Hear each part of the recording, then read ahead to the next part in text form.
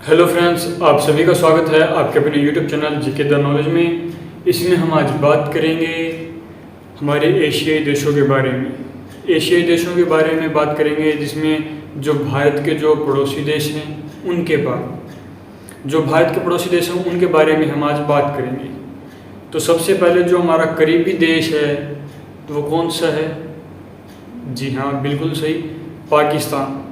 पाकिस्तान के बारे में सबसे पहले हम बात करेंगे। एक छोटी सी वीडियो होगी ये पाकिस्तान से संबंधित, जिसमें उसके अक्षेत्र की, उसकी जो भौगोलिक संरचना है, इन सभी के बारे में हम बातचीत करेंगे कि उसके बाद वहाँ कितनी जनसंख्या है, क्या सोर्सेज हैं, उन सभी के बारे में हम देखेंगे। तो आइए शुरुआत करते हैं इस वीडियो की, जिसमें हम सबसे पहले देखेंगे हमारे एशियाई देशों में पाकिस्तान की सबसे पहले बात करेंगे। क्योंकि भारत है, भारत के बारे में आप सभी जानते हो, बताने की ज़रूरत नहीं है, जिसकी राजधानी दिल्ली है। 136 करोड़ जनसंख्या हो चुकी है एट ए टाइम, मतलब आज के समय में 136 करोड़ के आसपास जो जनसंख्या है। तो 28 राज्य और 8 केंद्र शासित प्रदेश हैं, पर्वत हैं, पठार हैं, जो थार मरुस्थल है, सब कुछ है, आप सभी को पता है, बताने की जरूरत नहीं है। गंगा यमुना ये नदियाँ हैं, पवित्र नदी गंगा मानी गई है, ब्रह्मपुत्र चौड़ी नदी मानी गई है। तो इन सभी के बारे में हम जानते भी हैं और मेरे ख्याल से बताने की जरूरत भी नहीं है। उसके बाद हम बात करें जो हमारा पाकिस्तान है, ये मेरे ख्याल से पाकिस्तान वालों के लिए तो है ही है इम्पोर्टेंट, लेकिन साथ में अपने लिए भी है, ताकि हमें भी पता होना चाहिए हमारे पड़ोसी देशों में क्या क्या चीज़ें हैं, या फिर कभी घूमने जाओ तो आपको दिक्कत ना आए। तो आइए शुरुआत करते हैं पाकिस्तान की। पाकिस्तान देश के बारे में आज हम जानेंगे। तो ये हमारा हो गया पाकिस्तान। पाकिस्तान के बारे में हम देख रहे हैं तो पाकिस्तान का जो शब्द है उसका मतलब पता होना चाहिए हमें। तो पाकिस्तान जो शब्द है इसका जो अर्थ है वो है पवित्र देश। पवित्र देश क्या है, इसका शाब्दिक अर्थ है, शाब्दिक अर्थ। पवित्र देश पाकिस्तान का शाब्दिक अर्थ है, लेकिन पवित्र जैसी कोई चीज़ नहीं है, बड़ा ही आतंकवाद फैल रहा है। उसी की तरफ से हर रोज़ कोई ना कोई घटना घटित होती रहती है हमारी बॉर्डर पर, LOC पर, जो POK जो पाकिस्तान ऑक्युपाइड कश्मीर है, वो जो घटनाएं वहाँ पर घटित होती है आप भी पता है। नाम का पवित्र देश वाक्य ऐसे पूछ लिया। तो इसका जो पाकिस्तान का जो शाब्दिक अर्थ है वो है पवित्र देश। बात करें इसकी जनसंख्या की, तो ये पाकिस्तान देश में कुल जो जनसंख्या है, जनसंख्या की अगर हम बात कर रहे हैं तो लगभग 21 करोड़ जनसंख्या इस देश में। यानी कि जो हमारा उत्तर प्रदेश है, उत्तर प्रदेश के लगभग इसकी जनसंख्या है। उत्तर प्रदेश में भी 19 से 20 करोड़ जनसंख्या है और इसकी भी 21 करोड़ ही है। तो मतलब उत्तर प्रदेश की सभी जनसंख्या मिला लो और पूरे पाकिस्तान की जनसंख्या बराबर है, ठीक है। उसके बाद बात करते हैं इसकी भाषा की। तो इसकी जो राष्ट्रीय भाषा है वो है उर्दू। जो भाषा है उर्दू है। इसके अलावा और भी भाषा बोली जाती है, जैसे कि पंजाबी। अब पंजाबी बोली जाती है क्योंकि जो पंजाब 2 टुकड़ों में बटा था, एक भारत में रह गया और एक पाकिस्तान में चला गया, तो वहाँ पर पंजाबी भी बोली जाती है, पंजाबी जो कम्युनिटी रहती है। उसके बाद जो है बलूची भाषा भी बोली जाती है, और ये बलूची भाषा बलूचिस्तान के आसपास बोली जाती है, ये एक अलग राज्य है बलूचिस्तान।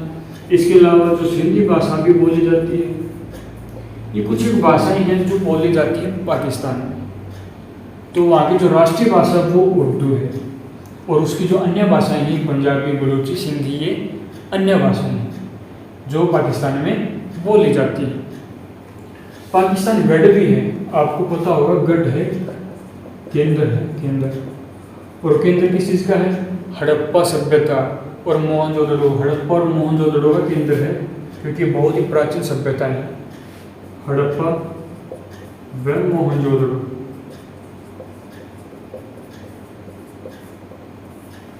हड़प्पा और मोहनजोदड़ो का केंद्र कौन है? पाकिस्तान है। जाहिर सी बात है, पाकिस्तान में हमें जो देखा भी है हमारे जो पिछली क्लासेस में, तो उसमें पता चलता है कि जो हड़प्पा और मोहम्मद लोग क्या है, पाकिस्तान में है। इसके बाद जो इसका संवैधानिक नाम है वो क्या है, संवैधानिक नाम, संवैधानिक जो नाम है इसका वो क्या है, तो वो है इस्लामिक रिपब्लिक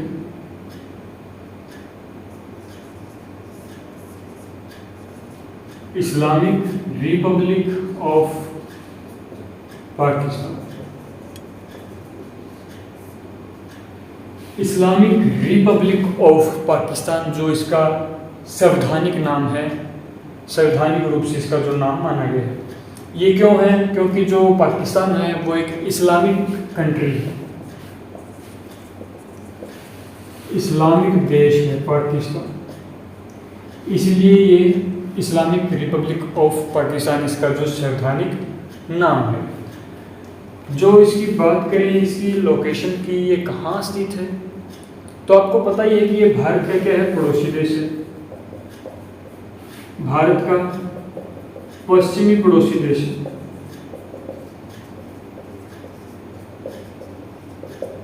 पश्चिमी पड़ोसी देश है भारत का, यानी कि जो भारत है वो पूर्व में है पाकिस्तान की। देखो ये कुछ इस प्रकार का जो हमारा भारत का जो नक्शा है, इस प्रकार का जो भारत का नक्शा है, इस साइड का ये क्या है, हमारा भारत है। तो जो पाकिस्तान है वो बस इस प्रकार दिखाई देता है, कुछ ऐसा ही होगा बस। ये क्या है, पाकिस्तान है पूरा, ये पाकिस्तान है, ये पाकिस्तान, पाकिस्तान।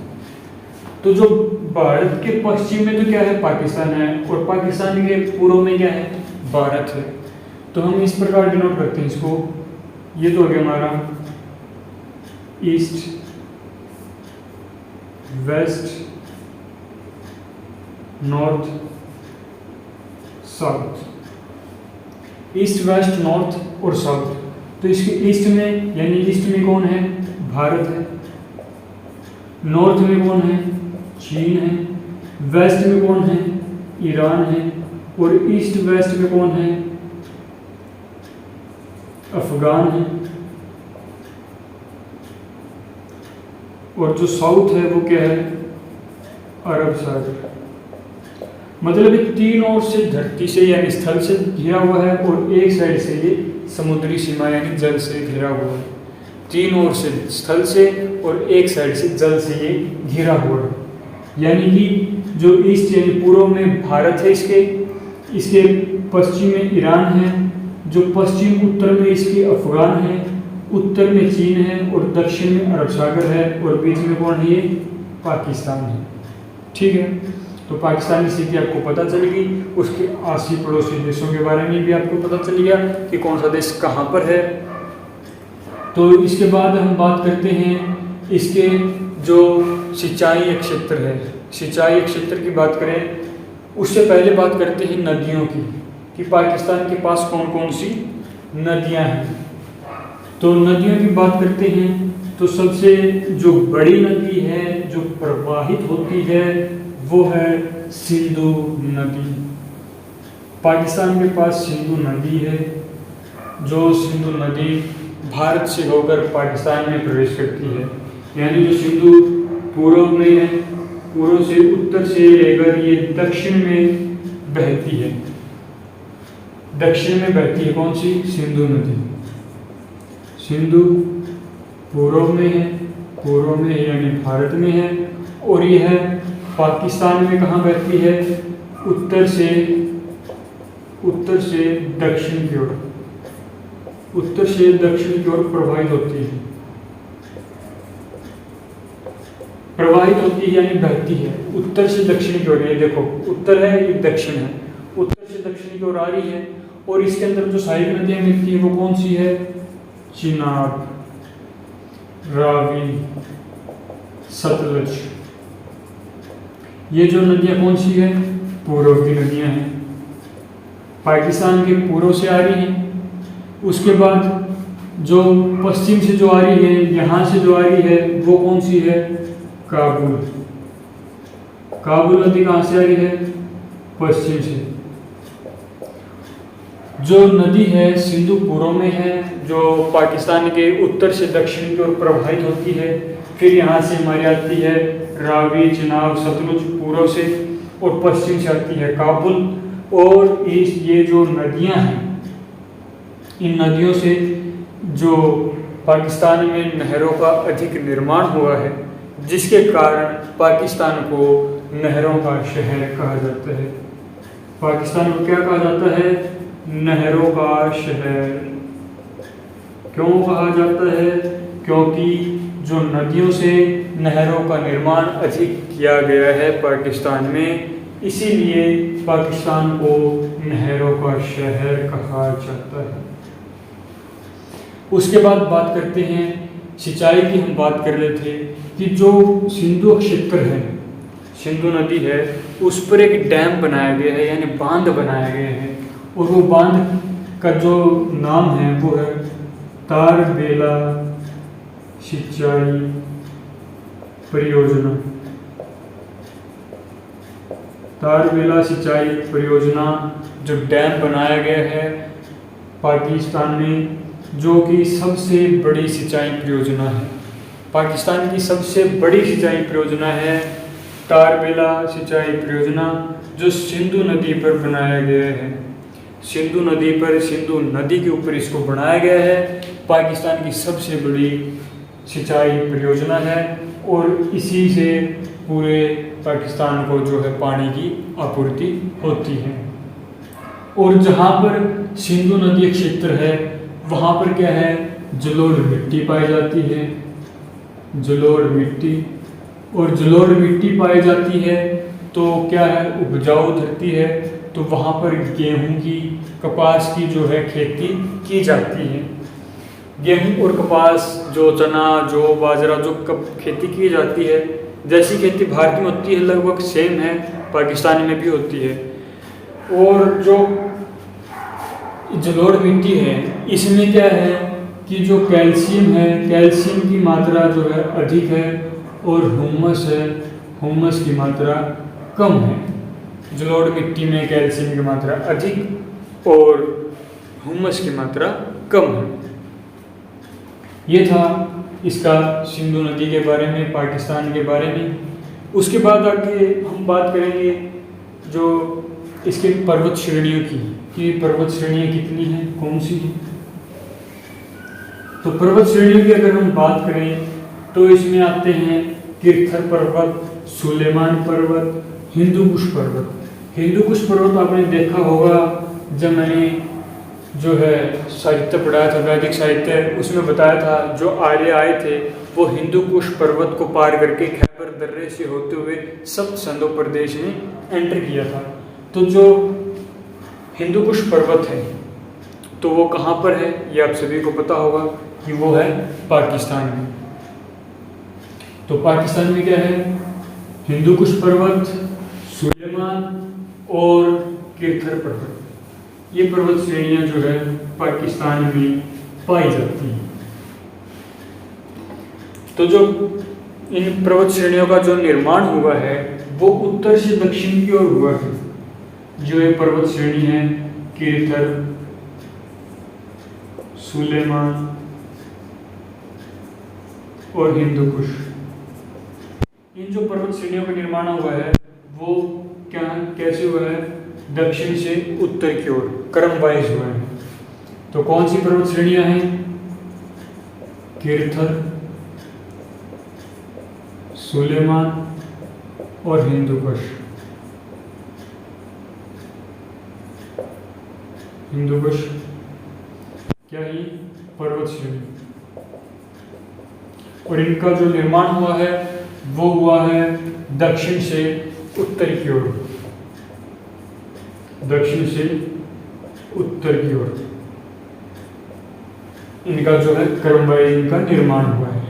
और इन्हीं की वजह से, यानी किरथर और सुलेमान की वजह से, जो पर्वत श्रेणी है इनकी वजह से जो पाकिस्तान की जो जलवायु है, जलवायु वो मानसूनी नहीं है। मानसूनी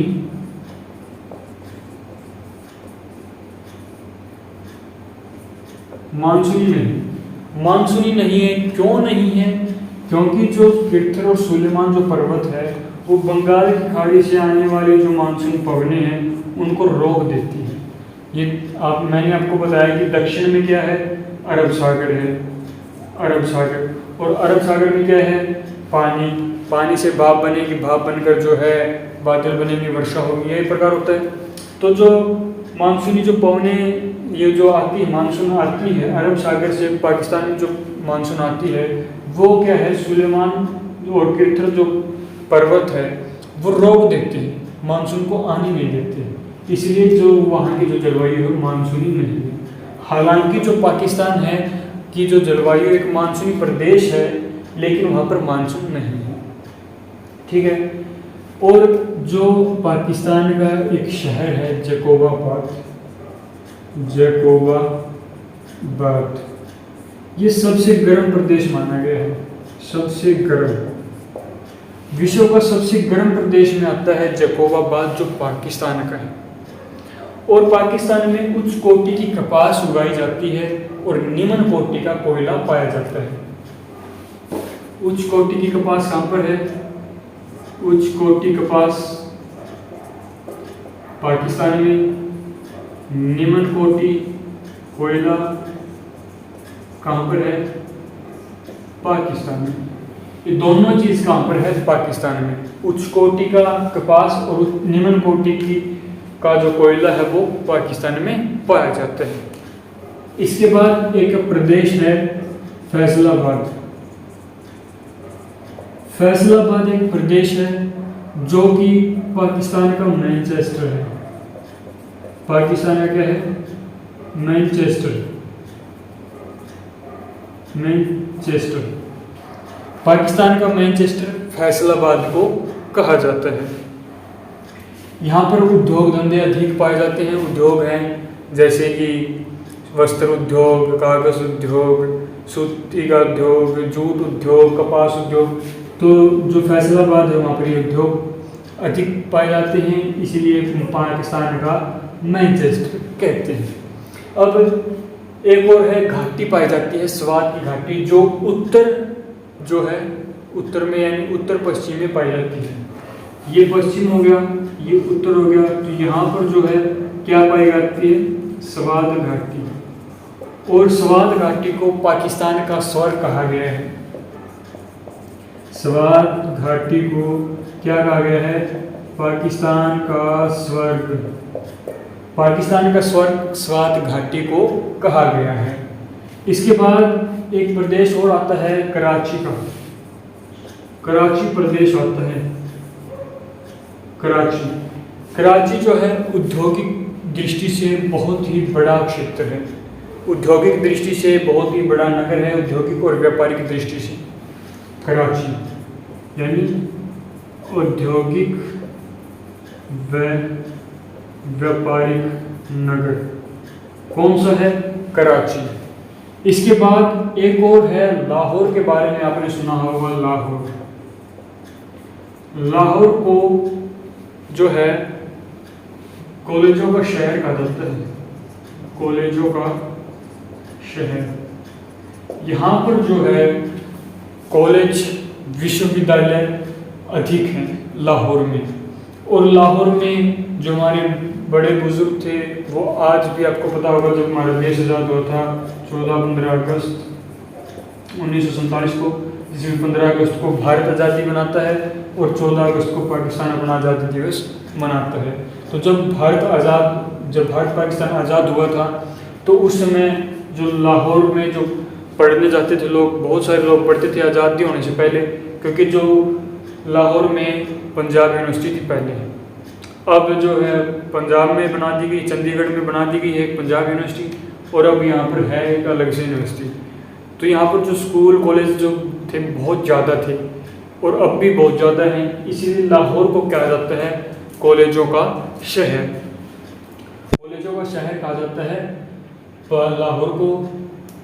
तो ये था जो बेसिक सा पाकिस्तान के बारे में उसकी क्लाइमेट कंडीशंस के बारे में, मानसूनी जलवायु कैसी है, वहाँ की जो जलवायु है, वहाँ के जो रेगिस्तान, जो हाँ एक रेगिस्तान है थार का ही जो अंश है। आप दक्षिण में जाओ, दक्षिण में आप देखोगे एंड हो गया, एंड के बाद हमने देखते हैं कि जो हमारे राजस्थान से लगा हुआ जो शहर है पाकिस्तान का, वो क्या है, मरुस्थलीय वो भी, क्योंकि जो थार है वो किसका अंग है, भारत और पाकिस्तान में दोनों ही के बीच में एक दरार है, जिसका एक हिस्सा पाकिस्तान में है, एक हिस्सा थार मरुस्थल का भारत में है। यानी जो थार का अंग ही पाकिस्तान में है। यहाँ पर जो हम कह सकते हैं, यहाँ पर जो मरुस्थलीय मिट्टी पाई जाती है, रेतीली मिट्टी, जो उपजाऊ नहीं है। तो ये था पाकिस्तान के बारे में। मेरे ख्याल से आपको पता चल गया कौन सा शहर किस चीज़ के लिए फेमस है, कहाँ पर क्या चीज़ें हैं, इसका क्या उपनाम है, इसकी जो लोकेशन है कहाँ पर है, कितनी जनसंख्या है, कौन सी भाषा है, इन सभी के बारे में आपने देख लिया होगा। तो ये था आज की वीडियो में जो हमने पाकिस्तान के बारे में देखा है। तो इसी के साथ हमारा जो टॉपिक है पाकिस्तान का वो कंप्लीट होता है। फिर एक और नई वीडियो के साथ आएंगे, किसी और देश की चर्चा करेंगे।